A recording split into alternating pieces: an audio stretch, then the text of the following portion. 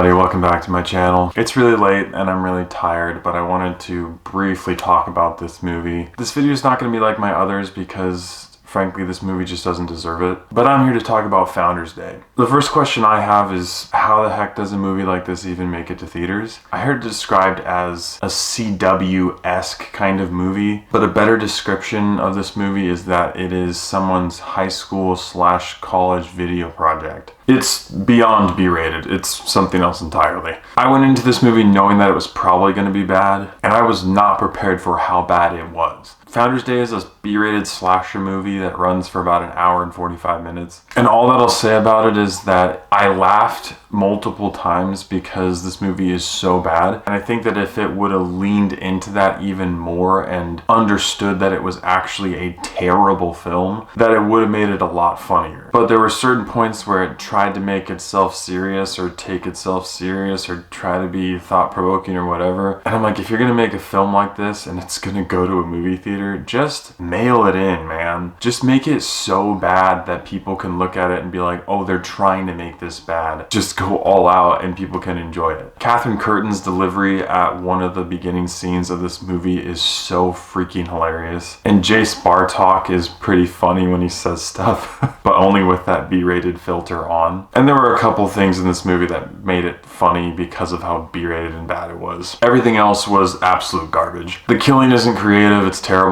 Only 5 people die. There's a whole lot of profanity, some sensuality. Why am I even explaining this? This is like one of those movies when you get together with your friends and you're scrolling through some backwoods streaming platform trying to find some random horror movie that might be funny, might not be funny, and it's 12 a.m. and you're all ready to laugh at everything. Movies like Velocipaster come to mind. This movie's pretty much on the same level as that, which once again makes me beg the question, how in the world did this movie make it to a movie theater? My cousin and I watched it and we were able to enjoy certain parts of it because we used to make videos like this. Granted, we never made a full-fledged film, but we loved making video projects and doing stuff like that, and so we were able to find certain things about it that we liked and enjoyed just because we remember that process. And the B-rated nature is funny at times, but because this film never quite committed to it and it just was utter trash, that's really all that it was.